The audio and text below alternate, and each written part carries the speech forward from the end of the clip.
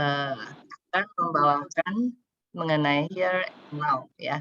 Jadi minggu lalu Susilo Agus Hartono sudah membawakan mengenai Here and Now, hari ini juga akan membawakan Here and Now, lanjutannya ya. Dan, ini merupakan hal yang bagus juga yang berhubungan dengan pelatihan kita selama ini dengan Susyung Hengki juga ya. Silakan Agus Hartono. Terima kasih Ibu Hileng. Selamat malam Bapak Ibu Susyung Sece sekalian. Senang berjumpa kembali hari ini ya. Bersyukur kita malam. Terima kasih.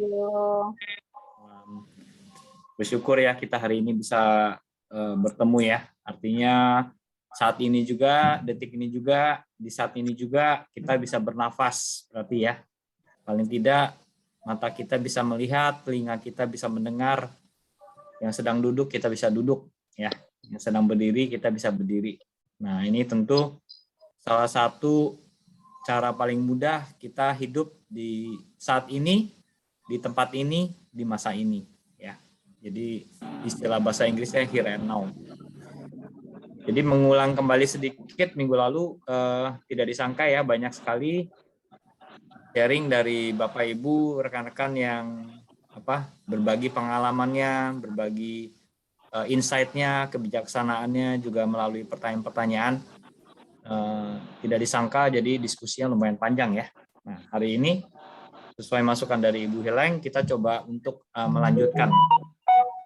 Tapi tentunya lagi-lagi ini butuh partisipasi buat kita semua, jadi kita bisa baru saling bisa menggali lebih dalam ya. Jadi sekali lagi saya bukan expert di bidang ini, tapi saya adalah salah satu orang yang mungkin memiliki passion atau memiliki kesukaan ya terhadap hal-hal yang berbau pikiran. Dan tentu kalau bicara pikiran tidak lepas dari nafas biasanya ya. Dan biasanya kalau yang orang-orang yang terlibat dengan pikiran itu seringkali terbiasa dengan hal-hal yang namanya di saat ini, here and now. Sorry, mungkin ada suara yang ini ya. Ya, ada suara yang mana ya?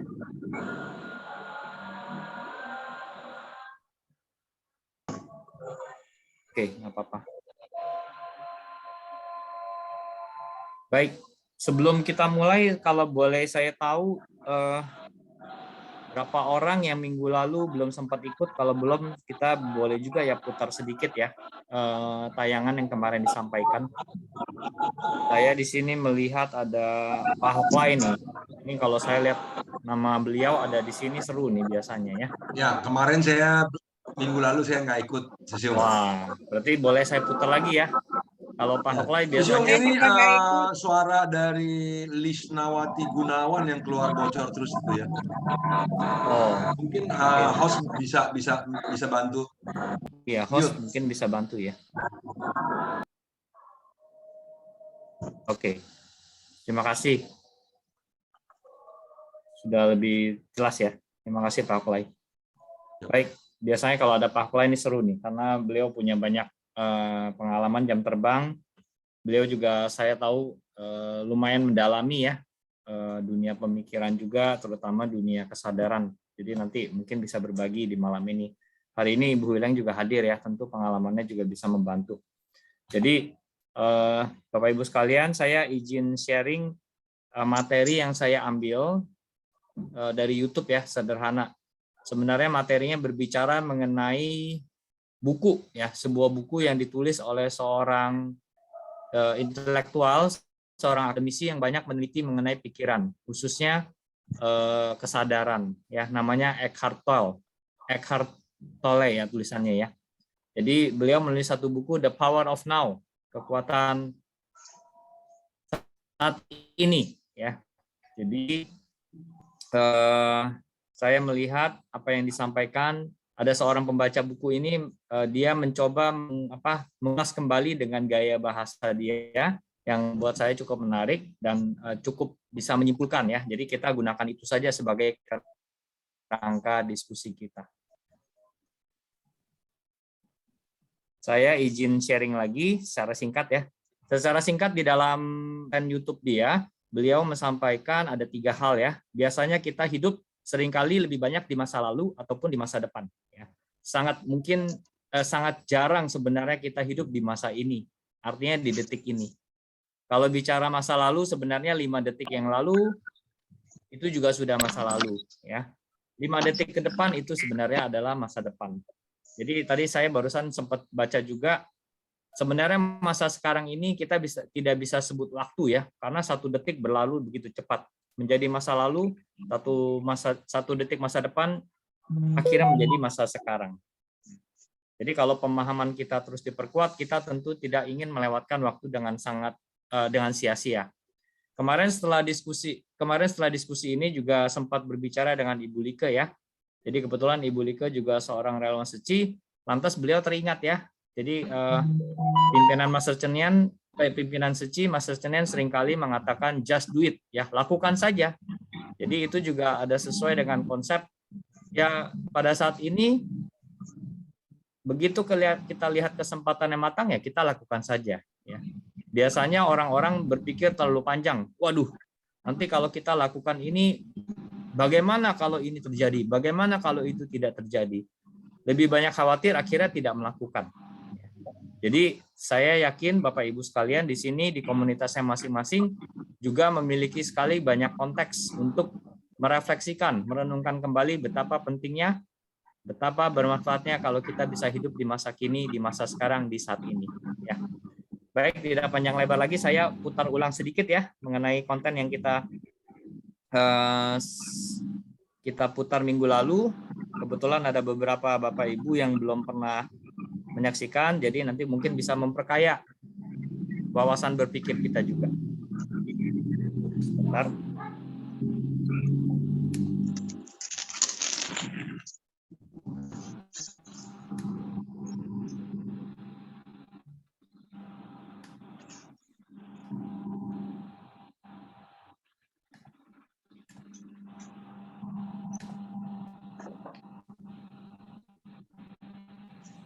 Sorry.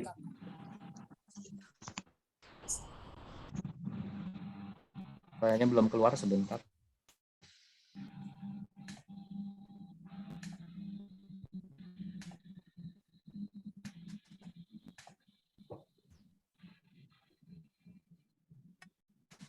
Sudah terlihat ya gambarnya ya? Ibu Bapak. Sudah ya. Oke, terima kasih. Jadi buat yang baru pertama kali melihat, kita simak sama-sama. Buat yang sudah melihat minggu lalu, saya merasa juga bisa bermanfaat ya. Saya sendiri baru 2 kali melihat, ini mungkin ketiga kali. Jadi saya juga ingin merefresh, bagus sekali juga ya. Mari kita saksikan sama-sama.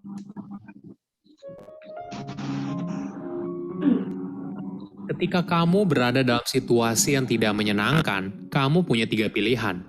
Tinggalkan situasi tersebut, merubahnya, atau menerima seutuhnya. Halo semuanya, nama saya Michael. Selamat datang di channel saya, Sikutu Buku. Kali ini, saya akan bahas buku The Power of Now, karya Eckhart Tolle. Sebelum kita mulai, buat kalian yang mau support channel ini agar terus berkarya, caranya gampang banget. Kalian cukup klik subscribe dan nyalakan loncengnya. Dukungan kalian membantu banget supaya kita bisa rutin posting dan bersama-sama belajar di channel ini. Buku ini membahas kekuatan dari hidup saat ini yang mampu meningkatkan kualitas hidup yang dijalani. Seringkali kita menghabiskan waktu entah itu terjebak dalam masa lalu atau cemas terhadap masa depan yang tidak bisa kita kontrol. Di waktu yang bersamaan, kita juga berharap hidup kita bisa lebih bahagia walaupun kita tidak tahu caranya bagaimana. Dengan hidup di saat ini, kamu akan menemukan kebahagiaan dan diri kamu seutuhnya. Saya merangkumnya menjadi 3 hal penting dari buku ini. Pertama, hidup di masa lalu dan di masa depan. Kita cenderung menghabiskan waktu untuk berpikir soal masa lalu dan masa depan. Kita sibuk mengenang dan menyesali masa lalu, atau di saat lain, kita malah sibuk merencanakan atau mengkhawatirkan masa depan. Yang sering kita lupakan yaitu momen yang sepenuhnya tersedia untuk kita, yaitu saat ini. Padahal, momen yang paling penting dalam hidup adalah momen saat ini. Kapanpun kamu merasakan sesuatu, perasaan tersebut kamu alami di saat ini. Jika kamu menyadarinya, maka kamu akan sadar kalau masa lalu tidak lebih dari kumpulan momen saat ini yang sudah lewat, dan masa depan hanyalah kumpulan momen saat ini yang menunggu untuk hadir di hidupmu. Contohnya seperti ini. Suatu pagi kamu bangun terlambat 10 menit dari jadwal rutinitas kamu setiap hari. Apa yang pertama kali muncul di pikiranmu? Mungkin kamu kesal karena ketiduran dan berpikir, coba saja kamu tidak mematikan alarm ketika pertama kali berdering. Pikiran kamu langsung terbang lagi ke masa depan dan berpikir kalau kamu pasti akan dimarahi oleh bos karena terlambat. Inilah yang biasanya terjadi. Kita terombang-ambing dalam masa lalu dan masa depan. Tidak ada untungnya mengkhawatirkan masa depan atau tinggal di masa lalu. Tetapi, ada banyak manfaat untuk hidup di saat ini. Misalnya, kamu mendapat tugas yang menantang seperti menulis skripsi. Seringkali, hal ini tampak terlalu besar dan rumit untuk dicapai. Jika kamu cemas dengan banyaknya pekerjaan yang harus dikerjakan atau mengerjakannya dari awal, kedua hal ini tidak akan mengubah kenyataan yang kamu jalani sekarang. Namun, jika kamu berusaha mengerjakan setiap bagian dari skripsi satu persatu, maka kamu akan lebih mudah menyelesaikannya. Apakah kamu pernah menyadari, walaupun tidak ada orang yang ingin menderita, tetapi kenapa banyak orang tidak bahagia? Ternyata, sumber dari penderitaan mereka berasal dari pikiran. Apakah kamu tahu kalau pikiran adalah alat yang sangat kuat apabila digunakan dengan tepat? Namun sayangnya, kebanyakan dari kita tidak secara sadar menggunakan kemampuan pikiran. Yang terjadi justru kebalikannya. Kita dikontrol oleh pikiran kita sendiri. Coba berhenti sejenak dan tanyakan ke dirimu pertanyaan ini. Siapa saya? Apakah jawaban kamu berisi soal pekerjaan, status sosial, hubungan keluarga, dan sebagainya? Apakah kamu sadar kalau jawaban yang kamu berikan adalah kumpulan dari hal yang berada di luar diri? Kumpulan identitas yang kamu sebutkan sebelumnya bukanlah diri kamu yang sebenarnya. Tolle menyebut hal ini sebagai ego. Ego berasal dari masa lalu yang berisi kumpulan pengalaman, memori, dan sebagainya. Atau masa depan yang berisi jati diri yang kamu inginkan. Nah, Kedua, saya izin potong dulu ya. si jati diri yang kamu Nah, inginkan. ini halaman pertama, poin pertama dari buku itu mengingatkan kita sebenarnya. Pada saat mendengar ini, saya juga mengingatkan diri saya kembali. Oh ya benar ya, banyak yang disampaikan dalam ulasan ini saya merasakan. Ya. Jadi ada yang pakai istilahnya pikiran monyet ya, monkey mind. Kalau Pak Hengki menggunakan istilah gajah ya. Jadi gajah itu liar ya, sebelum bisa dijenakan kekuatan gajah ini tidak bisa kita gunakan, tidak kita bisa berdayakan ya, hanya akan menjadi satu kekuatan yang liar. Tapi begitu bisa dijenakan, dia menjadi kekuatan yang sangat berguna buat hidup kita. Kalau tadi kita simak sama konten ini banyak mengutip satu kata, kebahagiaan ya. Mungkin juga kita beberapa dari kita tertarik mengikuti sesi-sesi mindful di hari Rabu ini juga karena ingin mencoba melihat bagaimana sih orang bisa berbahagia, apa sih yang dilakukan supaya orang-orang berbahagia. Nah, jadi cukup menarik pada saat kita mencari arti dari kebahagiaan. Yang bagi saya cukup menarik adalah bagian yang terakhir pada saat Pak Michael ya, kalau nggak salah yang bikin konten ini ya, kita juga harus apresiasi kepada yang membuat konten ini. Pada saat dia menyampaikan di dalam buku ini, kita dikontrol pikiran kita sendiri. Ya seringkali ini yang membuat orang tidak tenang. Seringkali orang badannya ada di sini, tapi pikirannya sebenarnya tidak ada di sini. Ya, jadi saya tertarik dengan ucapan, saya juga jadi mengalami khususnya pada saat proses pencarian jati diri kan. Kita terlalu banyak dibekali oleh citra-citra orang yang baik itu harusnya seperti apa. Ya, orang yang sukses itu hidupnya seperti apa. Orang yang berhasil dikatakan berhasil kalau hidupnya seperti apa. Ya. Jadi banyak contoh-contoh yang berasal dari luar dan tidak sadar pikiran kita juga membuat diri kita seolah-olah seperti itu. Ya. Padahal mungkin jati diri kita sebenarnya bukan seperti itu. Ya. Misalnya ada orang bilang, oh bahagia itu kalau punya mobil mewah, ya, kalau punya jam tangan yang mewah yang besar, atau punya handphonenya jenis tertentu, ya. Jadi itu definisi orang berhasil atau sukses. Jadi kadang-kadang banyak sekali kita lihat juga orang-orang yang terjebak ya konsep pemikiran seperti itu, dia berusaha membentuk dirinya seperti konsep citra diri sukses yang dibuat orang banyak sebenarnya. Padahal belum tentu benar. Jadi kalau dalam konteks here and now sebenarnya kita bukan here and now lagi ya. Dalam rangka mencari kebahagiaan, dia berusaha mungkin harus ngutang untuk meraih barang-barang atau benda-benda yang sebenarnya dia tidak perlukan tersebut. Ya. Jadi bahasanya alih-alih bahagia ya. Bukannya bahagia, malah yang didapat adalah penderitaan. Kenapa? Karena kita selalu hidup dari luar pikiran kita, dari tubuh kita sebenarnya. Ya. Jadi saya ingin kaitkan ini dengan masa lalu dan masa depan. Kita lanjutkan yang kedua ya.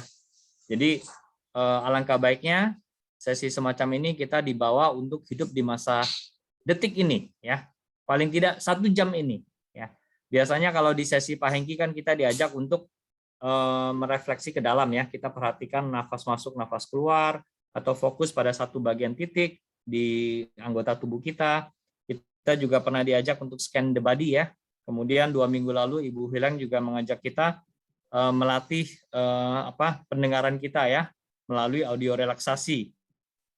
Kemudian kita diajak untuk mengaktifkan imajinasi kita, ya, khususnya organ-organ tubuh kita. Sebenarnya pada saat kita melakukan itu dengan penuh kesadaran, penuh perhatian, sebenarnya kita sedang bercakap-cakap dengan organ tubuh kita. Apakah ada manfaatnya pada saat itu? Ada manfaatnya Ibu Bapak. Ya, organ-organ tubuh kita, kalau ini Ibu Bapak yang mengikuti audio relaksasi ya, sebenarnya pada saat kita bicara jantung, atau pada saat kita berbicara jantung saja, jantung kita itu sudah merasa diperhatikan, ya. Jadi di sana ada getaran vibrasi cinta kasih, getaran diperhatikan. Saya sangat yakin bahwa pada saat itu juga jantung kita menjadi lebih sehat, ya, karena mendapatkan perhatian. Jadi bayangkan kalau kita bisa kunjungi seluruh bagian tubuh kita, organ-organ tubuh kita, baik yang bersifat cair, yang bersifat gas, yang bersifat padat, sebenarnya itu sangat baik buat kita. Ya, jadi itu yang terjadi pada saat audio relaksasi. Pada saat disebut organ-organ itu menjadi senang. Ini sama seperti pada saat kalau kita di sekolah ataupun kita di dalam satu komunitas, pada saat nama kita dipanggil, ya, diberikan apresiasi, sebenarnya itu yang terjadi. Kita merasa senang, ya. Juga demikian pada saat kita mendengarkan audio relaksasi sesungguhnya.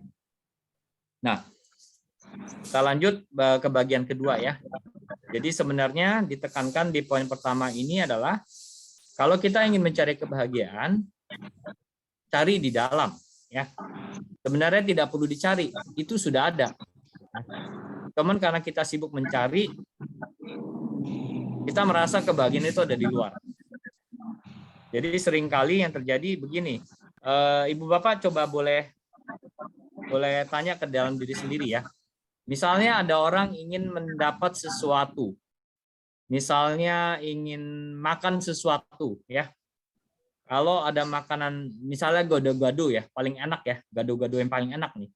Kalau dia bisa makan gado-gado paling enak itu dia baru happy. Ya. Jadi makan gado-gado baru happy.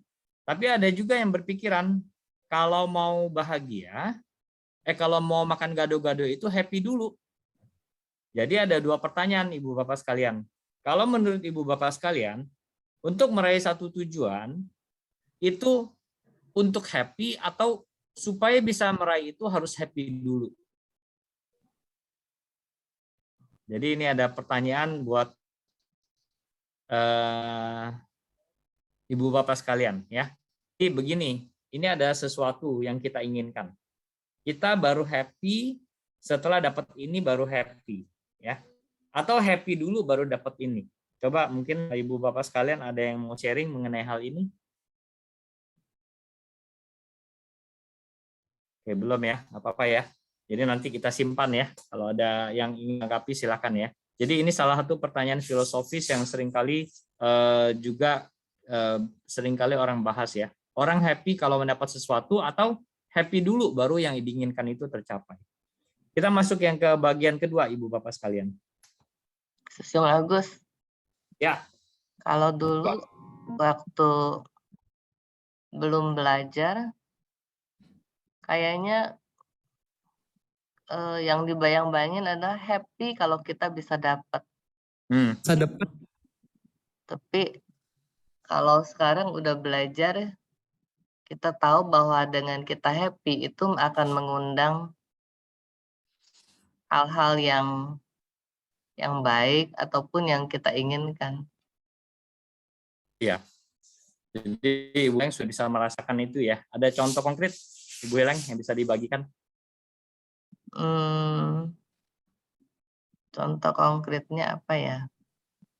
Nggak apa-apa, nanti kalau kepikiran aja Ibu ya. Iya, maaf. Oke. Kalau boleh sharing, saya juga sampaikan ke anak-anak ya. Biasa kalau anak-anak kan dapat sesuatu, dapat permen baru dia happy ya. Kalau nggak dapat permen atau makanan kesukaan dia menderita. Wah, nangis-nangis, merengek-rengek. Ya, dalam beberapa kesempatan saya coba tawarkan ya pola pikir. Kalau kamu mau dapat permen, kamu happy dulu ya. Jadi bukan dengan merengek-rengek, itu malah mungkin belum tentu dapat ya. Jadi kita ingin ajarkan juga ke anak-anak untuk mendapat sesuatu kita harus feel happy dulu. Kenapa? Karena yang terjadi memang demikian Ibu Bapak sekalian. Ya. Kalau kita perhatikan orang-orang yang hidupnya secara materi berkelimpahan, secara kesehatan juga berkelimpahan, mereka biasanya punya satu pola. Mereka orang-orang yang happy, ya, tidak terlalu banyak dibebani oleh pikiran masa lalu ataupun kekhawatiran akan masa depan. Ya. Jadi dengan pikiran seperti itu, vibrasi positifnya, vibrasi pikirannya akan positif. Dan terjadilah yang namanya the law of attraction. Jadi buat Bapak Ibu yang senang ataupun tertarik dengan konsep the law of attraction, itu yang terjadi. Jadi kalau kita ingin mendapatkan sesuatu, kita butuh senang dulu, kita butuh tenang dulu, ya. Karena pikiran kita itu akan memancar ke alam semesta konon akan membalikan kepada kita apa yang kita pancarkan melalui pikiran. Ya. Jadi apa kaitannya dengan materi hari ini? Tentu sangat relevan. Jadi kalau kita ingin mendapatkan sesuatu misalnya dalam bentuk materi, ataupun kesehatan, ataupun relasi yang lebih baik dengan orang-orang lain, dengan keluarga, dengan teman, atau komunitas, kita perlu pastikan kita perlu happy dulu, kita perlu tenang dulu. Ya. Baru hal-hal yang kita mungkin harapkan itu, dia akan datang. Ya. Bukan sebaliknya, saya baru tenang, saya baru senang kalau saya bisa dapat makanan itu. Saya baru tenang, saya baru senang kalau orang itu mau memberikan saya hal itu. Ya, jadi kita balik, sumbernya dari kita tentu direstui oleh Yang Maha Kuasa. Terima kasih Bu Heleng. Jadi bisa membantu saya menyampaikan apa yang saya tadi bayangkan lebih mengalir ya. Kita boleh lanjut ya Ibu Heleng ya. Oke. yang berisi jati diri yang kamu inginkan. Agus, Ya, Pak Hoklai. kalau saya mau nanya dulu boleh nggak? Boleh. Ini bebas kok. Ya, jadi begini ya, si Agus tadi kan senang atau happy, bahagia itu ya. Biasanya kita kan berpikir memang kalau mendapatkan sesuatu baru kita akan kalau sudah berhasil mendapatkannya baru kita akan bahagia gitu ya. Ya. Berarti kan kebahagiaan itu adalah akibat ya. Ya. Betul ya, Biasanya. akibat. Ya. Akibat kebahagiaan itu muncul akibat kita mendapatkan sesuatu ya, apalagi yang kita idam-idamkan gitu kan. Nah, sekarang kalau tadi Sisung Agus bilang sebetulnya kita harus bahagia dulu baru nanti kita akan mendapatkan katanya gitu ya. Nah, ini bagaimana memunculkan bahagianya dulu gitu. Terima Berarti kasih. bahagia di sini adalah sebuah penyebab. Bapak. Disebabkan hati yang berbahagia, maka kita kemana-mana juga akan menemukan sukacita, kebahagiaan. Nah, tetapi bagaimana memunculkan bahagia ini lebih dulu? Saya boleh Terima share kasih nggak? Pak Hoklai. Silakan. Ya. Ini pertanyaan terbuka buat semuanya ya Pak Hoklai kan? Ya betul. Saya jadi ingat waktu beberapa tahun yang lalu saya ikut meditasinya dari Achan Brahm ya. Achan Brahm itu bilang bahwa orang bilang kita harus meditasi supaya bahagia. Menurut Achan Brahm, bagaimana kita bisa bermeditasi kalau kita tidak bahagia? Jadi terbalik dia bilang, kita mesti bahagia untuk bisa bermeditasi. Jadi saya pikir waktu itu, oh betul juga ya.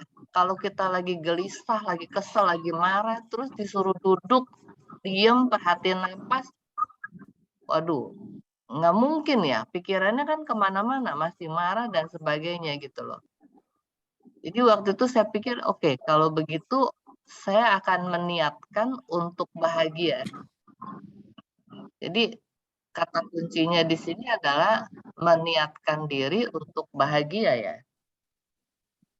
Itu sih. Menarik ya, Ibu Hilang ya. Jadi kata kuncinya adalah menjawab, merespon pertanyaan tadi dari Pak Clay.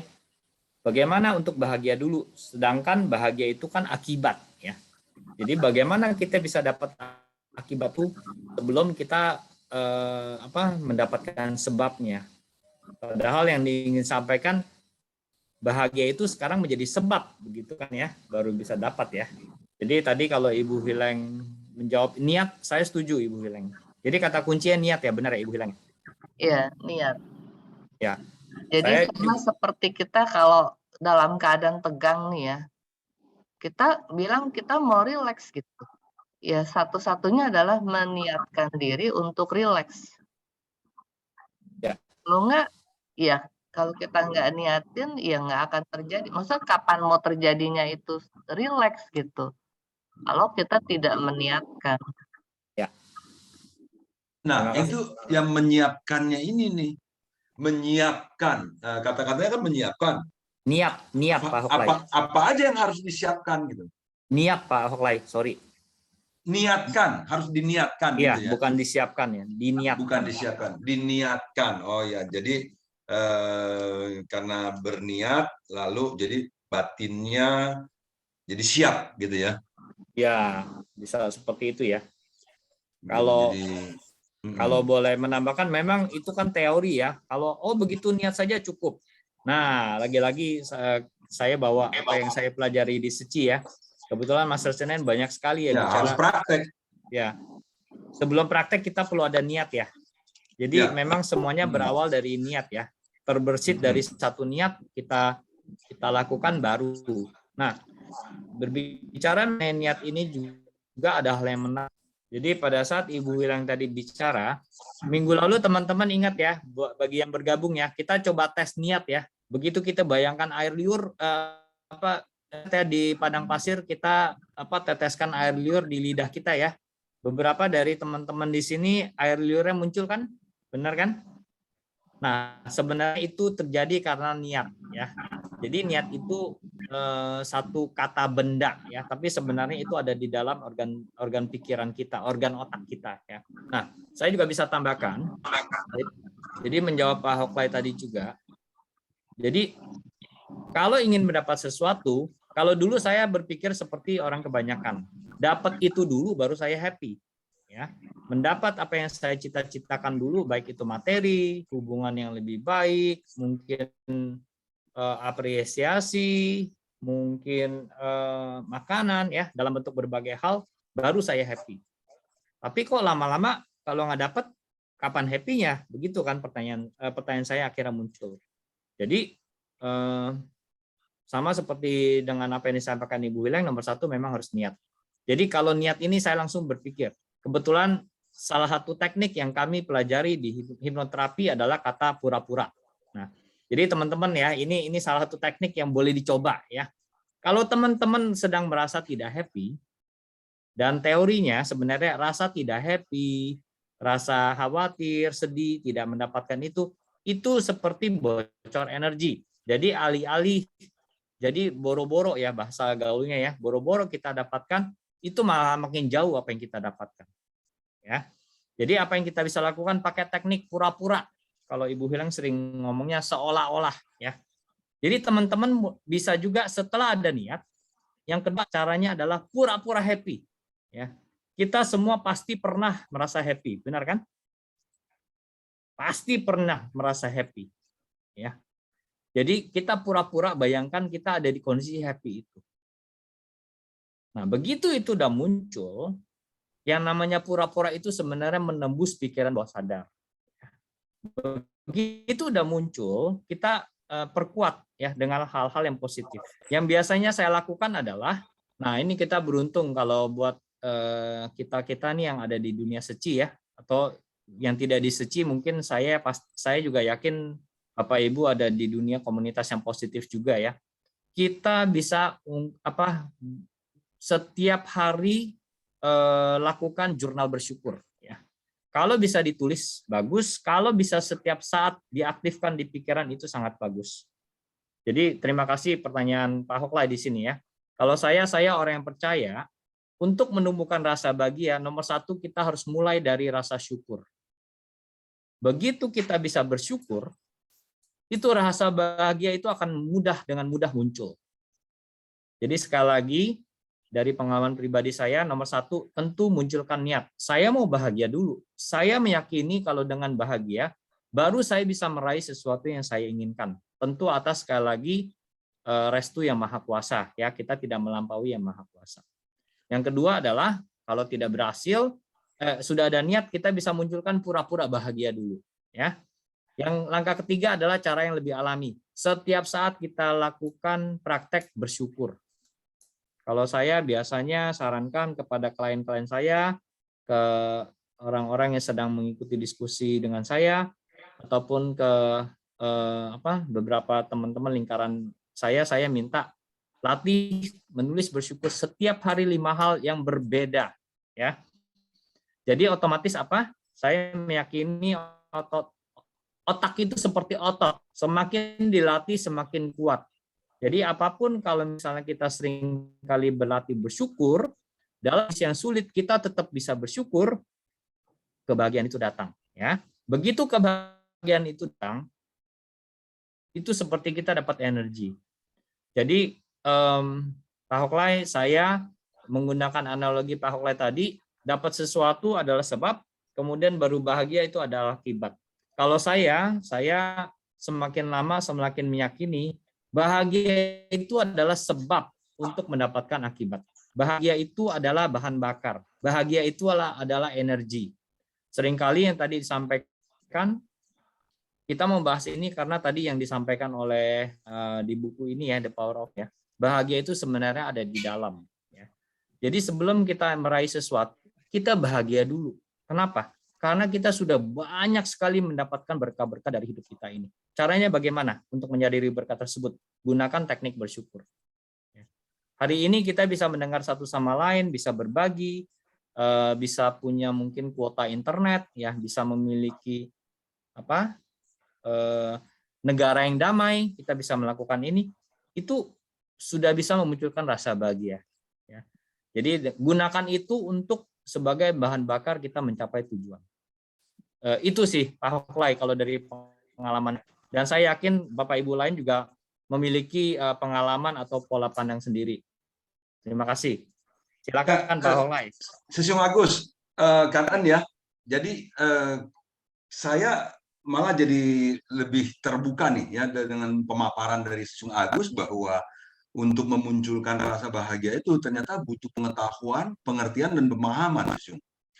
Karena Sesiung Agus memaparkan sedemikian, baru ternyata begitu ya. Nah, itu kan cara-cara untuk memunculkan kebahagiaan. Berarti kan bukan cuma hanya niat memunculkan saja, niat memunculkan, tapi kalau tidak mengerti, tidak paham, nggak akan muncul kebahagiaannya itu. Jadi dengan Sesiung Agus tadi memaparkan dengan begitu detailnya, nah itu baru artinya memiliki pengetahuannya,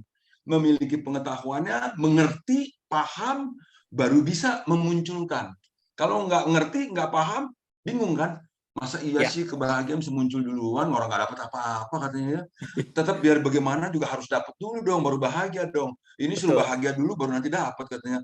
Gimana? Iya, niat katanya niat. Pakai niat apa? Kalau niat doang, saya berniat tapi nggak ngerti, nggak tahu, nggak paham bagaimana niat itu bisa ada. Karena niat itu bisa niat untuk apa bahagia, niat untuk apapun juga itu kan bisa ada niat itu karena pikiran kita berpikir dan kita terus mengarahkan gitu ya. Jadi Betul. dengan apa tadi berusaha untuk melakukan apa-apa yang di-sharingkan oleh Sisung Agus, diajarkan oleh Sisung Agus, oh mesti begini. Oh ternyata begitu. Nah, itu kan pengetahuan ya. Pengetahuan yang harus kita mengerti dan harus kita pahami. Sebab itu memang kalau mendengarkan sharing seperti ini kita harus banyak bertanya sih Agus ya. Baru Setuju. bisa semakin mengerti ya. Kalau saya diam-diam aja dari tadi nggak nanya, mungkin saya juga nggak dapet nih. Nah sekarang setelah Sisung Agus tadi paparing, oh iya untuk lihat itu saya harus begini begitu ya. Kanan Sisung Agus kanan. Kanan Pak Hoklai. Kalau saya ketemu Pak Hoklai, kalau dalam satu sesi itu saya melihat Pak Hoklai itu seperti ilmu padi. Makin berisi dia makin merunduk ya. Sebenarnya kalau Bapak Ibu perhatikan tadi, sebenarnya Pak Hoklai itu sedang membantu saya untuk lebih menajamkan bagaimana menjelaskan ya. Jadi berkat Pak Hoklai tadi saya berpikir, oh ya di sini setelah dengar jawaban Ibu Hileng, kemudian mungkin pembacaan suka baca buku, suka dengar sharing online kan. Jadi itu muncul. Jadi itu apa yang disebut Pak Hoklai tadi ya, pengetahuan. Jadi ada niat tidak cukup kalau tidak ada pengetahuan ya. Misalnya saya mau niat, mungkin kita ingin niat menuju ke satu negara, saya ingin pergi ke satu negara. Itu niat itu harus diwujudkan ya. Kita perlu cari bagaimana kita bisa mencapai niat tersebut kan. Bagaimana kita bisa cari website orang ataupun kita bisa bertanya. Itu tadi disebut Pak Hoklai sebagai pengetahuan. Setelah kita ada niat, kita tahu tentu yang tadi disampaikan Pak Hoklai juga, kita butuh praktek ya. Kita butuh lakukan. Kalau enggak, niat itu tidak akan tercapai dan ya kebahagiaan itu tidak akan menjadi lebih bahagia ya. Jadi hanya merasa saja. Jadi Pak Hoklai terima kasih. Dengan pertanyaannya malah saya semakin bisa, oh iya ya, seperti itu ya penyusunannya. Kanan. Oke, kita bisa lanjut ya Bapak Ibu sekalian ya. Kalau ada pertanyaan, masukan silakan karena memang di sini forumnya seperti itu, baru kita bisa mendapat manfaat. Oke. Jadi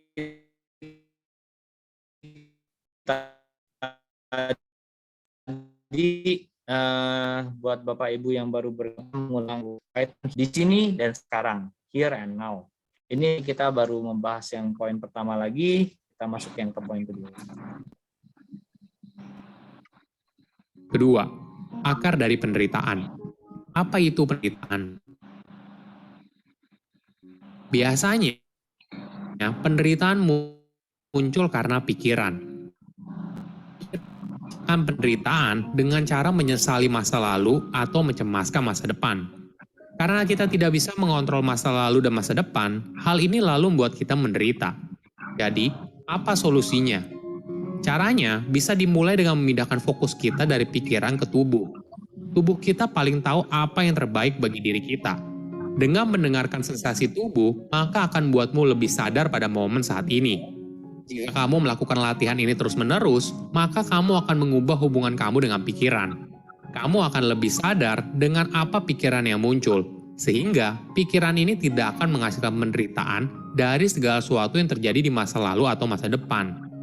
Tips lain yaitu dengan mengamati pikiran tanpa memberikan penilaian.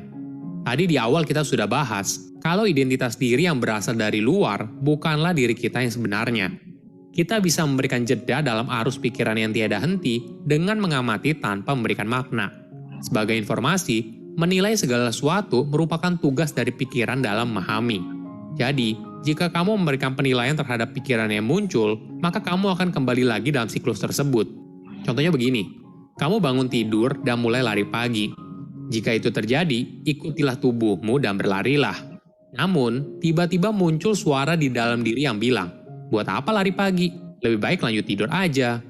Atau misalnya seperti ini, "Daripada lari pagi, lebih baik kerjain tugas yang belum selesai kemarin malam." Ketika muncul suara tersebut, tahan diri kamu untuk memberikan penilaian baik atau buruk. Kamu hanya perlu tersenyum saja dan menerima kalau pikiran itu muncul. Latihan ini akan membuat kamu belajar cara mengamati pikiran tanpa harus mengikuti kemana pikiran akan membawamu. Nantinya, apabila kamu sudah rutin berlatih, tolong mendeskripsikan keadaan yang optimal untuk hidup saat ini sebagai permanent alertness. Ini merupakan kondisi di mana kamu berada dalam keadaan aktif menunggu. Hal ini sama seperti ketika kamu sadar kalau ada hal besar atau penting yang akan segera terjadi. Dalam kondisi tersebut, perhatian kamu akan fokus pada saat ini. Kamu tidak akan punya waktu untuk sibuk melamun, merencanakan, atau mengingat masa lalu yang seringkali mengganggu kita dalam hidup saat ini. Sebagai contoh, ketika kamu sedang mengerjakan sebuah ujian, seharusnya kamu tidak perlu menghabiskan waktu untuk khawatir hasilnya seperti apa. Tapi, kamu harus fokus pada saat ini dan mengerjakan soal ujian sebaik mungkin. Ketiga, menerima kejadian di luar kontrol. Bagaimana jika kita sudah hidup di saat ini, namun perasaan sedih dan sakit tidak bisa dihindari? Apakah baik-baik saja? Tentu saja tidak. Mayoritas penderitaan memang berasal dari pikiran kita sendiri. Namun tentu saja, ada hal di luar dari kendali kita. Contohnya seperti ini. Rasa sakit yang berasal dari kehilangan orang yang dicintai. Jadi, ketika kamu sakit, maka kamu bisa belajar untuk menerima apa adanya. Sebagai contoh, ketika kehilangan orang yang dicintai, kamu tentu saja akan berduka dan sedih. Namun, ketika kamu berusaha untuk menerima hal ini sebagai bagian hidup apa adanya dan tidak bisa diubah, maka kamu akan menghindari penderitaan yang berkelanjutan. Menjadi sedih adalah perasaan alami, dan kamu tidak perlu malu atau bersalah. Sedangkan menerima artinya kamu tidak lagi menghabiskan waktu untuk berharap kalau semuanya berbeda. Perlu disadari, fokus pada hidup saat ini tidak berarti kamu menjalani hidup yang pasif. Contohnya begini, jika kamu terjebak dalam lumpur, tidak berarti kamu diam saja dan menerima keadaan ini. Tapi, kamu bisa mencoba tanpa harus panik untuk membebaskan dirimu dari lumpur tersebut. Kamu akan melihat dunia bukanlah sebagai tempat di mana berisi masalah yang tiada henti. Namun, kamu melihat dunia sebagai situasi yang mampu dikendalikan dan bisa kamu selesaikan satu persatu. Jangan meratapi masa lalu, jangan juga mencemaskan masa depan. Hidup yang kamu miliki hanya berada di saat ini, momen ini. Silakan komen di kolom dikendalikan dan bisa kamu selesaikan satu. Ibu Bapak sekalian ya, cuplikannya ya. Saya kalau boleh izin menambahkan komentar atau masukan di sini sedikit untuk bahan diskusi kita. Kalau ada yang misalnya memiliki pendapat, pengalaman, silakan. Saya tertarik dengan poin nomor 3 ini, menerima kejadian di luar kontrol. Jadi kita pasti sudah pernah menghadapi ya berbagai kenyataan, realita dalam hidup yang tidak sesuai dengan harapan kita. Yang kita biasanya umat manusia menyebutnya sebagai penderitaan ya. Jadi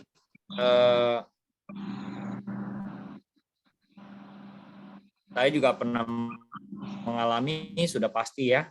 Jadi misalnya kalau yang di luar kendali kita berusaha melawan. Kenapa ini terjadi pada saya? Ya, ada perasaan marah, mungkin kecewa, kok nggak adil ya? Kenapa saya? Padahal saya tidak melakukan itu misalnya. Ya. Tapi kenapa kok saya malah mendapat akibat buruk seperti itu? Yang terjadi biasanya adalah saya melawan, saya menolak, saya memberontak. Tidak selayaknya saya diperlakukan seperti itu misalnya. Ya. Tapi seiring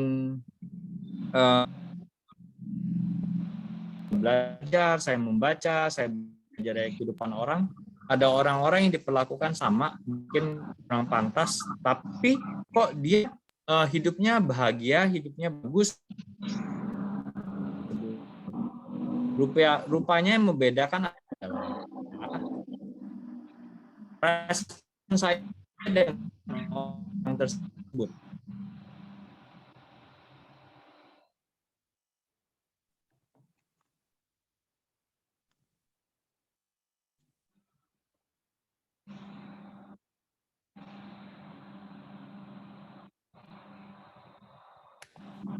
Maaf, terputus ya. Nah, jadi kembali ke yang tadi. Jadi ada satu kejadian, tapi direspon berbeda oleh orang-orang ya. Seperti yang saya lakukan dengan orang lain. Saya merespon dengan negatif hal yang negatif tersebut. Tapi saya melihat orang lain tersebut merespon dengan tenang, merespon dengan positif. Jadi hasilnya adalah positif. Jadi di situ saya belajar. Ini bukan kejadiannya yang membuat hasilnya negatif atau positif. Tetapi bagaimana reaksi kita terhadap realita yang kita hadapi. Ya. Bisa juga loh, realita yang kita terima itu positif, tapi kita meresponnya dengan negatif. Bisa ya? Misalnya kita mendapatkan hadiah besar, ya, kemudian kita meresponnya dengan menghabiskan hadiah yang besar itu dengan foya-foya.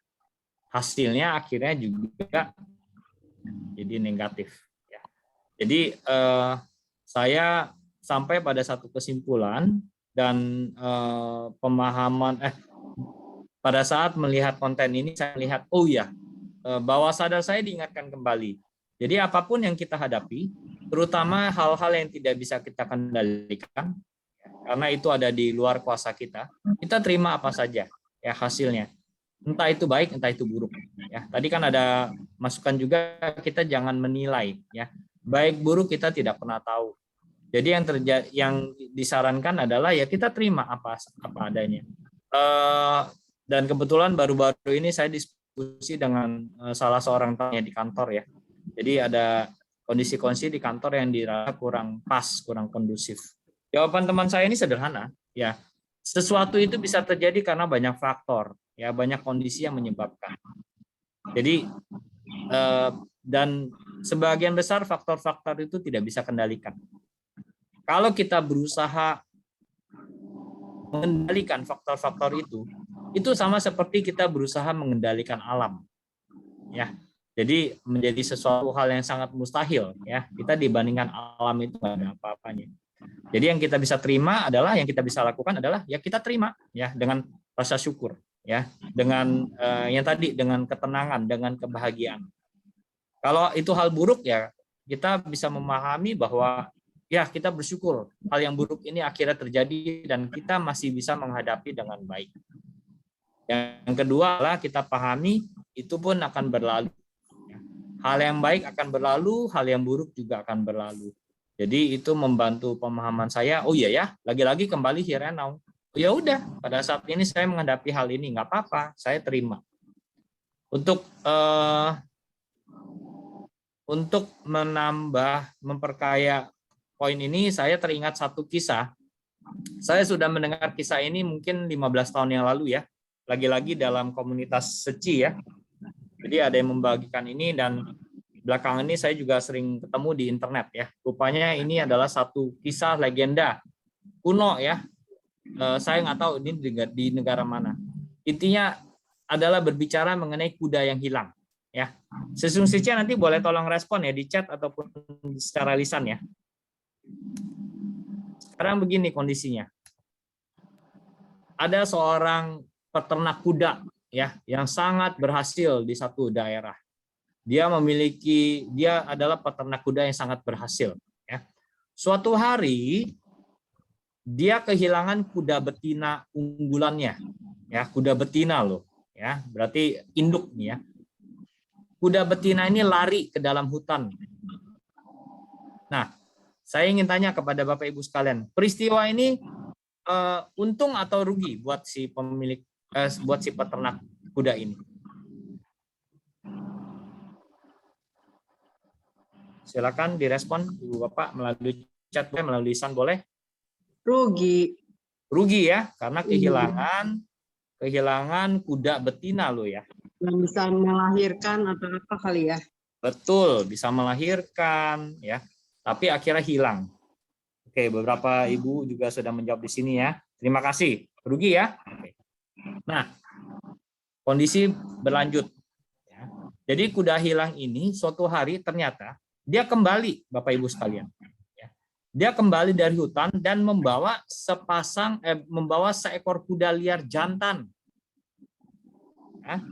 Jadi rupanya kuda betina ini selang beberapa waktu kembali lagi ke peternakan itu. Bahkan sekarang membawa seekor kuda liar jantan yang mengikuti kuda betina tersebut. Nah, tadi kan kita jawabnya rugi ya. Sekarang dengan kondisi seperti ini, menguntungkan atau merugikan peternak tersebut, Ibu Bapak sekalian? Menguntungkan. Untung ya. Tuh, tadi kita bilang rugi loh. Sekarang kita bilang untung. Ya. Jadi, kalau kita bilang kuda hilang, untung atau rugi? Tadi bilang kita pertama kali kita bilang rugi, tapi yang kedua kita bilang untung. Ya. Jadi ingat ya, ini ada kondisi eksternal alam yang kita tidak pernah tahu. Untung rugi kita tidak pernah tahu. Cerita berlanjut Ibu Bapak sekalian. Jadi karena ini kuda jantan yang liar, karena ini peternak, dia harus jinakan kuda ini ya supaya bisa diberdayakan kuda jantan yang kuda jantan dari hutan ini ya. Jadi si peternak ini meminta putranya untuk menjinakkan kuda liar jantan ini. Oke. Jadi singkat cerita, si putra peternak ini dia menaiki kuda tersebut untuk menjinakkan kuda jantan liar ini supaya bisa diberdayakan. Dalam proses penjinakan ini, suatu kali si putra peternak ini jatuh, ya, dan terinjak oleh kudanya, ya. Jadi lumayan parah sampai menderita patah kaki. Ibu Bapak sekalian, ini untung atau rugi buat si peternak? Rugi. Rugi, ya. Tadi pertama kita bilang rugi, kita ganti untung, ya. Tapi sekarang kita bilang rugi lagi. Kejadiannya sama. Bermula dari kuda yang hilang, ya. Dan itu terus berlanjut dalam kehidupan. Jadi kita tidak akan pernah tahu ini kuda hilang ini untung atau rugi. Jadi mudah-mudahan bisa jadi pelajaran mungkin gambaran buat hidup kita ya. Mungkin pada saat kita kehilangan sesuatu atau kehilangan momen atau kehilangan kesempatan, kita nggak tahu apakah ini rugi atau untung. Karena seiring waktu berjalan. Cerita ini berlanjut Ibu Bapak sekalian. Jadi kebetulan negara itu sedang dilanda perang. Jadi pemerintah negara tersebut mewajibkan setiap keluarga yang memiliki anak laki-laki harus menyerahkan anak laki-laki ini untuk bergabung menjadi tentara ya dan dikirim ke medan perang. Di masa itu kalau bicara medan perang artinya ya siap-siap menyerahkan nyawa ya. Jadi suatu hari pemerintah tersebut datanglah ke peternak itu dan sesuai kebijakannya dia meminta anak laki-lakinya untuk dijadikan tentara kan. Kemudian anak laki-lakinya keluar. Jadi begitu para tentara itu melihat, wah anak laki-laki ini cacat, menderita patah kaki, tentu tidak bisa diajak untuk menjadi tentara. Ya, jadi dianggap ini tidak sesuai, tidak memenuhi persyaratan. Jadi anak laki-laki ini tidak ikut bergabung menjadi tentara. Rugi atau untung Ibu Bapak sekalian peternak ini? Untung, ya. Jadi cerita ini Bapak Ibu bisa cari di YouTube ya. Jadi cerita kuda hilang, ujung-ujungnya cerita ini ditutup dengan kejadian tadi. Jadi peternak ini merasa beruntung, ya. Kaki anak yang patah ini justru membuat dia terhindar dari dikirimnya putranya ke medan perang. Ya. Jadi kita tidak akan pernah tahu.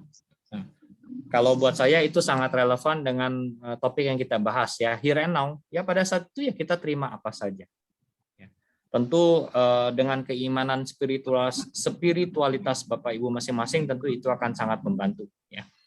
Jadi mungkin intisari dari topik here and now ujung-ujungnya adalah mengingatkan kepada kita realita apapun yang kita terima kita syukuri ya. Kita hidupi dengan ketenangan ya, kebahagiaan. Karena realita apapun yang kita terima itu akan menjadi yang baik ya. Jadi tergantung dari bagaimana kita merespon sekali lagi. Kalau kita ingat cerita-cerita minggu lalu banyak ya kita lihat ya bagaimana cara kita merespon justru membuat kondisi yang sudah baik, realita yang sudah baik menjadi lebih baik. Realita yang mungkin kurang baik dengan respon yang baik, yang tenang, dengan penuh kesadaran itu akan menjadi baik. Demikian Ibu Bapak sekalian. Mungkin yang kita bisa refresh hari ini begitu. Nanti kalau ada yang mau sharing silakan. Pakai kartu. Iya, pakai dikit, Tuan. Teman-teman ada yang mau sharing atau mau bertanya? Jadi Sosial Agus tadi terakhir kasih contoh ya, good or bad, who knows? Ada yang tahu ya. Jadi Iya, kita tidak pernah tahu itu. ini juga membuat kita selalu lebih waspada ya pada saat sesuatu yang terlalu menyenangkan datang, ya kita juga bisa menikmati, tapi kita juga harus tahu bahwa semuanya bisa berubah pada saat kita sedang susah hati. Kita juga bisa sadari bahwa ini semua akan berlalu. Jadi ya kita nggak akan tahu seberapa lama atau berapa banyak perubahan yang terjadi ya. Jadi kita lebih bisa waspada dan menikmati saat ini ya. Betul. Kira-kira gitu ya Pak Agus ya. Ya. Kalau 2 hari ini kan kita 2 pertemuan terakhir ini kan lebih banyak kita bicara konsep ya. Jadi kalau bagaimana cara melatih ketenangan kita, selalu kita bisa aware. Nah itu materi-materi yang disampaikan Pak Hengki tentu relevan ya. Dan mungkin ada yang cocok dengan materi Pak Hengki, ada juga yang tidak cocok, tidak apa-apa ya. Karena masing-masing dari kita kan punya pengalaman yang berbeda, latar belakang yang berbeda, kapasitas yang berbeda ya. Artinya kapasitas bukan berarti lebih pintar atau lebih terampil, bukan ya. Karena ada kesesuaian karakteristik cara belajar dan sebagainya. Jadi ujung-ujungnya adalah bagaimana kita didorong terus ayo cari metode masing-masing ya, metode terampil masing-masing dalam meningkatkan kita selalu aware bagaimana. Tadi disebut ya ada permanent alertness ya. Jadi setiap saat kita sadar. Karena sekali lagi cara merespon itu yang penting. Mungkin tiba-tiba ada orang mendatang memaki-maki kita, kalau kita selalu alert, selalu waspada, kita tahu, oh iya, ada apa yang terjadi. Ya, kita juga bisa merespon dengan baik. Tapi kalau kita tidak jaga ketenangan kita mungkin juga terpancing ya. Jadi mungkin juga jadi keruh suasananya, dan mungkin itu yang diharapkan oleh orang-orang yang mengeluarkan respon tersebut. Mengeluarkan reaksi tersebut. Tadi silakan Bapak Ibu ada kalau nggak salah tadi Sosial Agus ada bilang ya, atau dari materi tadi, bahwa untuk kita bahagia entah ujung-ujungnya entah diawali ya dengan kembali ke napas ya. Mungkin bahasan saya dalam beberapa kalimat ya, saya lupa Ibu Hileng. Tapi setuju, kembali ke napas. Karena sekarang napas itu sebenarnya sarana paling mudah buat kita untuk kembali ke here and now. Makanya banyak sekali metode-metode untuk pelatihan mindfulness itu kembali ke napas. Karena kita diberkati oleh napas ya. Dan napas itu sebenarnya kalau Bapak Ibu latih dari bacaan referensi banyak sekali ya. Kalau yang orang sudah mendalami mindfulness terhadap napas, banyak sekali manfaat yang didapatkan ya. Karena rupa-rupanya di dalam itu banyak sekali misteri yang belum pernah kita pecahkan melalui napas.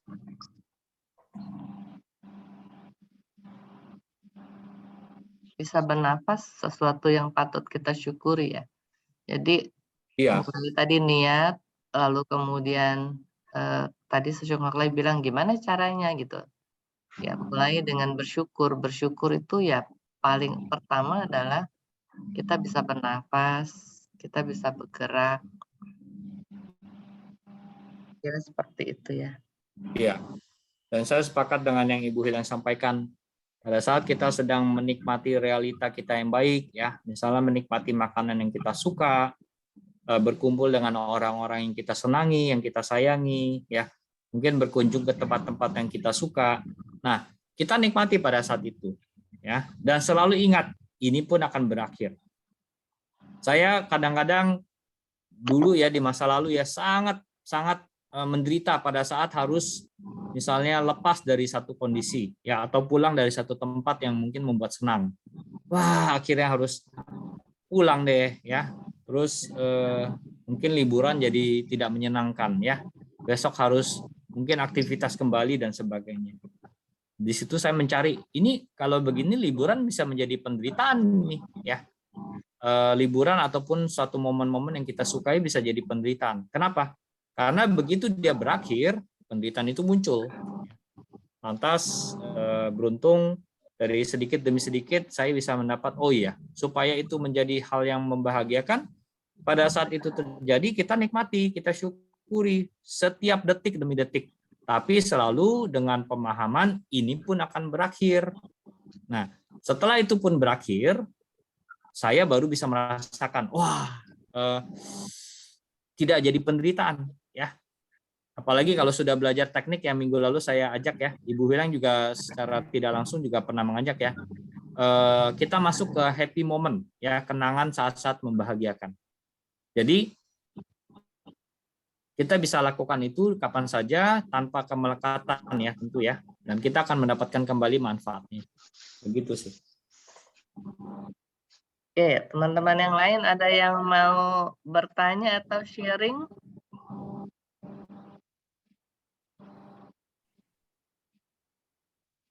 Ini bagian dari knowledge kita untuk daily mindfulness kita ya.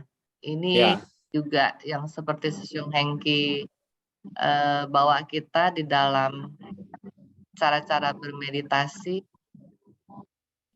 Ini juga terkait dengan here and now ya. Ya. Jadi nanti bisa juga berguna pemahaman knowledge ini pada saat mempraktekkan cara-cara yang diberikan Pak Hengki. Wah, kok nggak sesuai hasilnya? Nggak apa-apa ya. Terimalah itu sebagai satu realita yang menjadi proses pertumbuhan kita. Jadi kalau berbicara mindfulness itu sangat penting. Jadi jangan sampai ada satu patokan atau ukuran standar yang harus kita capai. Karena kalau udah ada seperti itu menjadi beban malah. Oke, teman-teman yang lain, Kona ada mau tanya, Kona?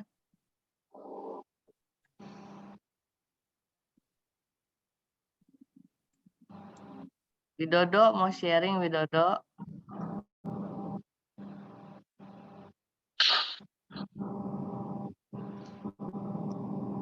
Opoy? Pas dulu Bu, lagi di jalan, maaf. Oh, lagi di jalan Widodo, hati-hati ya. Ya Bu, dan Bu. Oh iya, kalau ingat Widodo, jadi minggu lalu cerita soal multitasking Bu Wileng. Kebetulan tadi saya sebelum ini ngelihat satu tayangan mengenai mengenai pikiran di Netflix ya. Jadi teman-teman yang punya akses Netflix ya suka mendalami pikiran, bagus itu ada Mind Explain ya, Mind dijelaskan secara detail. Jadi di sana dijelaskan juga sedikit mengenai multitasking ya. Jadi minggu lalu kan sempat lumayan kita bahas mengenai multitasking ya. Apakah multitasking itu baik atau kurang baik ya. Jadi yang disepakati multitasking adalah kegiatan yang dilakukan bersamaan ya, lebih dari satu. Nah, sebenarnya apakah bisa? Sebenarnya yang terjadi kita sudah sepakati bahwa pikiran hanya bisa fokus pada satu hal pada satu waktu tertentu ya. Jadi kalau kita melihat ada seseorang melakukan dalam satu detik satu atau lebih pekerjaan, sangat besar kemungkinan dia hanya akan melompat-lompat pikirannya. Jadi di dalam tayangan Netflix itu ada yang menarik ya, juga dibahas mengenai multitasking. Jadi konsep multitasking sebenarnya dikenalkan pada saat ada teknologi komputer. Ya. Jadi pada saat komputer kalau kita buka makin canggih, komputer makin canggih, kita bisa buka berapa aplikasi, benar ya. Di handphone kita bisa buka berapa aplikasi bersamaan. Ya. Jadi sebenarnya pada saat itu komputer melakukan multitasking.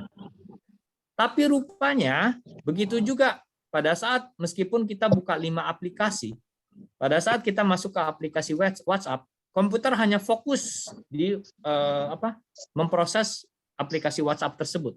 Ya. Jadi tapi saking cepatnya kita bisa melihat mereka lompat-lompat seolah-olah bisa mengerjakan semua hal. Ternyata tidak, Bapak sekalian. Itu yang menarik. Ya. Jadi bahkan komputer pun yang katanya saking cepatnya itu, mereka tidak bisa juga memproses satu hal pada saat yang bersamaan. Tapi karena dilakukan sangat cepat, kita seolah-olah melihatnya bersamaan. Begitu loh. Jadi ujung-ujungnya adalah kembali mengenai multitasking, kita coba hindari melakukan pekerjaan multitasking. Ya, kalau itu justru merusak, memperlemah konsentrasi kita. Terutama pada saat berkendara, ya, pada saat mungkin berjalan di jalan raya kita pakai headphone mendengar musik, bahaya ya. Jadi kita tidak bisa mendengar suara-suara di lingkungan luar. Oke, pengen tanya nih Sesyung Hema yang selalu di belakang layar. Kasih komen dong. Emang banyak taunya ya, tapi momennya sharing kadang-kadang belum dapat ya. Ada lagi yang mau sharing? Susia Huicen? Susia Inge? Iya, Bu. Saya boleh, Bu.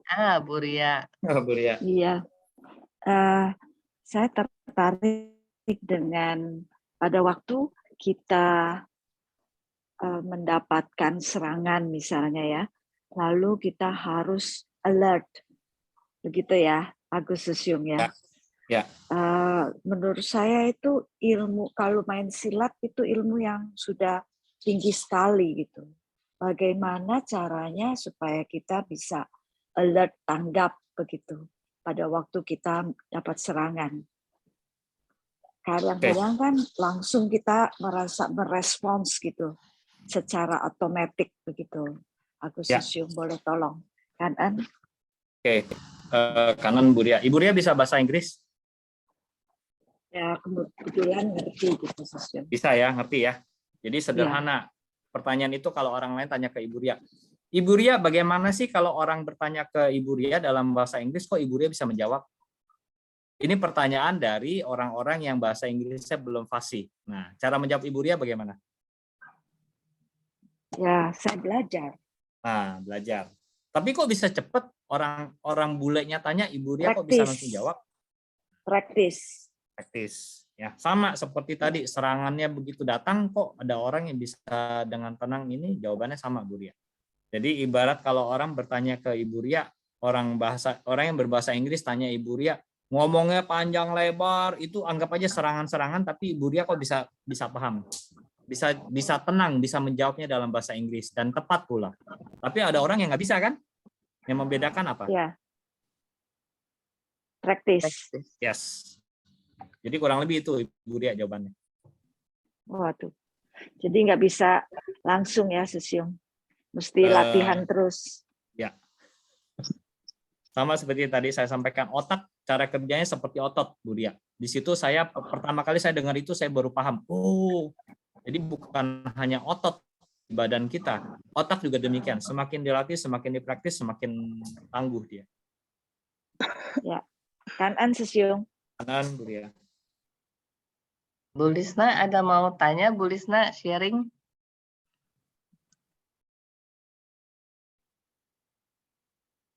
Kalau yang internetnya agak kurang-kurang bisa pakai chatting ya. Ini Widodo ada nanya, Susyung Agus. Ya. Pakai chat. Chat ya.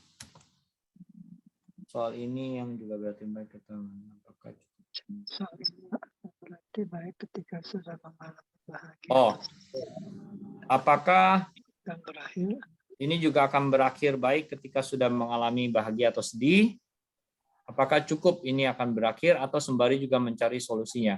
Tentu, Pak Widodo, saya juga setuju ya, kita harus bukan tadi disampaikan ya di kontennya, kita tidak bisa hanya pasif ya.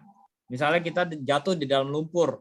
Oh ya udah, saya jatuh dalam lumpur, saya bersyukur. Terus lama-lama tenggelam, bukan seperti itu ya. Yang dimaksud adalah misalnya kita berada di dalam lumpur. Ya sudah, kita pertama adalah kita sadari kita di dalam lumpur ya. Dengan kita memahami dengan tenang, kita tahu ini kalau terus lama-lama lumpurnya makin dalam, kita bisa terjebak dan kita bisa mendapatkan akibat yang fatal. Jadi Dengan memiliki ketenangan tersebut, kita bisa mencari cara. Oh, bagaimana caranya supaya saya keluar dari lumpur?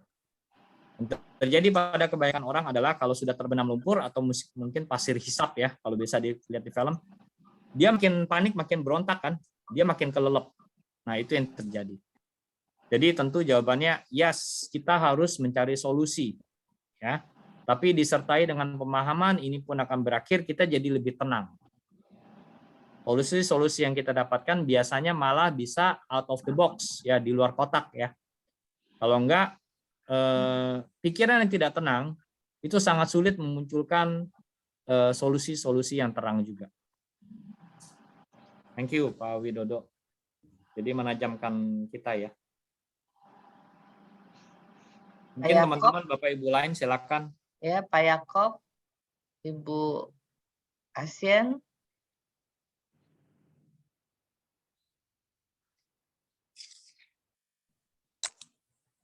Mau nanya cuman gimana ya? Ini yang saya dapatkan pengertian apa benar apa enggak ya? Mohon petunjuknya. Ya. Apakah dengan pengertian yang saya dapat ini apa benar apa enggak ya? Maksudnya apa kita harus bersyukur dan pasrah gitu ya Sesio. Jadi kita bisa mendapatkan kebahagiaan gitu Sesio. Misalnya ada contoh sensitif. Misalnya kita belum mendapatkan lah, tapi kita merasa bahwa ya dapat syukur, nggak apa-apa. Apakah pengertian seperti itu baru kita bisa mendapatkan apa yang kita inginkan? Karena saya merasa bahwa dengan berpasrah diri terkadang saya bisa mendapatkan apa yang saya inginkan gitu loh. Ya. Seperti itu. Terima kasih Sensei. Saya ingin menjawabnya dengan apa yang saya pernah ikut dalam sebuah workshop ya. Kebetulan diadakan Pak Adi Gunawan, itu namanya Quantum Life Transformation. Jadi dalam workshop tersebut ada beberapa faktor-faktor yang perlu kita perhatikan pada saat kita ingin mencapai sesuatu tujuan, ya, suatu keinginan, harapan. Dan ini selaras banyak juga dibahas oleh buku-buku yang akademis lainnya, ya. Dalam dunia spiritual juga rupanya banyak dibahas, ya. Biasanya kalau kita ingin mendapat sesuatu, teman-teman, apa yang dilakukan? Hubungan kita dengan Yang Maha Kuasa, dengan Tuhan, apa yang kita lakukan?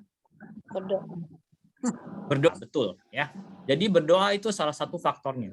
Tapi tentu doa itu efektivitasnya tidak maksimal kalau kita hanya berdoa, kalau kita tidak berusaha, ya. Jadi ada satu faktor yang menarik yang tadi Ibu Asien sebutkan, pasrah, ya. Jadi rupanya di dalam rumus itu juga disebut harus pasrah, ya. Tapi pasrah yang apa? Pasrah yang aktif, bukan pasrah yang hanya berdoa, duduk diam, menunggu itu datang. Tidak, ya. Jadi kalau untuk menjawab pertanyaan Suci Asien, pada saat kita mengharapkan sesuatu, kita boleh pasrah. Ya, kita harus pasrah setelah kita melakukan langkah-langkah usaha. Jadi kalau kita belum melakukan, kita pasrah, itu mungkin pemahaman yang mungkin harus diperkaya, ya. Jadi tapi kalau pasrah dengan bijaksana kayaknya ya Sesung ya. Kenapa? Berarti kita harus memikirkan dengan pikiran yang bijaksana untuk pasrahan itu sendiri ya. Ya, memikirkan dan melakukan aksi nyata dalam menghadapi realita yang kita sedang terima. Kalau itu bahasa saya, ya. Jadi kalau hanya berpikir, kita pasrah, tapi di dalam kepasrahan itu mungkin ada emosi-emosi negatif, itu yang berbahaya. Ya. Jadi di dalam kepasrahan itu kita perlu melakukan usaha yang aktif. Apapun hasilnya kita harus pasrah. Itu yang penting. Ya. Jangan lantas kita merasa berusaha, oh hasilnya harus seperti itu. Itu tidak pasrah. Nah, itu biasanya yang justru menghambat. Baik, Sesiung. Kanan, Sesiung. Kanan saja. Sesiung Agus, ini ada Pona yang nanya, bagaimana cara menghilangkan rasa cemas yang berlebihan? Bila rasa cemas datang, saya suka berdoa, tapi tetap saja rasa cemas itu tidak hilang. Oke, baik. Terima kasih Ibu Hileng. Untuk Ibu Fona, ini hal yang banyak dialami orang. Kalau rasa cemas itu memang sudah dialami cukup intens dan dalam durasi yang lama, tentu tidak semua orang bisa hanya mengatasi dengan doa. Ya, saya bilang tidak semua orang ya. Ada juga yang bisa mengatasi dengan cukup hanya doa. Ya. Tapi kalau rasa cemasnya sudah ada, berlangsung lama dan cukup intens, terus hanya dengan berdoa kenapa tidak hilang, itu sangat besar kemungkinan ada peristiwa-peristiwa di masa lalu yang sangat membekas sehingga yang menimbulkan rasa cemas ini dan sangat membekas ya. Jadi pikiran itu terus aktif. Kalau kami sebutnya bagian diri ini terus aktif ya. Karena kekuatan energinya ada. Jadi Bapak Ibu sekalian di sini saya juga bisa sharing sedikit. Yang namanya emosi itu ada energi ya. Jadi di dalam emosi, di dalam perasaan itu ada energi. Kalau emosinya negatif, berarti energinya negatif. Kalau emosinya positif, berarti energinya positif. Nah, rasa cemas yang berulang ini, kalau hanya dirasakan tidak mengganggu kehidupan sehari-hari, tentu tidak masalah, ya, hanya membuat tidak nyaman. Tapi kalau sudah mempengaruhi fisik, sudah mempengaruhi perilaku, kebiasaan sehari-hari, tentu ini bermasalah. Apa yang bisa dilakukan? Kalau saya sering sarankan, dekatkan diri dengan komunitas yang positif, ya. Kemudian paparkan diri dengan setiap saat konten-konten yang juga positif, ya. Doa tentu harus tetap jalan. Nah, itu memakan waktu panjang, ya. Tergantung intensitas rasa cemas yang diderita. Tapi tentu kalau misalnya ini sudah sangat mengganggu, bisa juga konsultasi ke profesional ya, bisa juga ke psikolog, bisa juga ke hipnoterapis klinis ya. Tapi tentu itu harus atas niat sendiri dan ya mencari psikolog atau hipnoterapis yang benar-benar tepat ya, dirasakan nyaman ya, dipercaya sepenuhnya baru bisa membantu. Demikian Ibu Hileng. Ya. Untuk Ibu Fona ya. Ya. Makasih. Ada lagi teman-teman yang mau sharing atau mau nanya?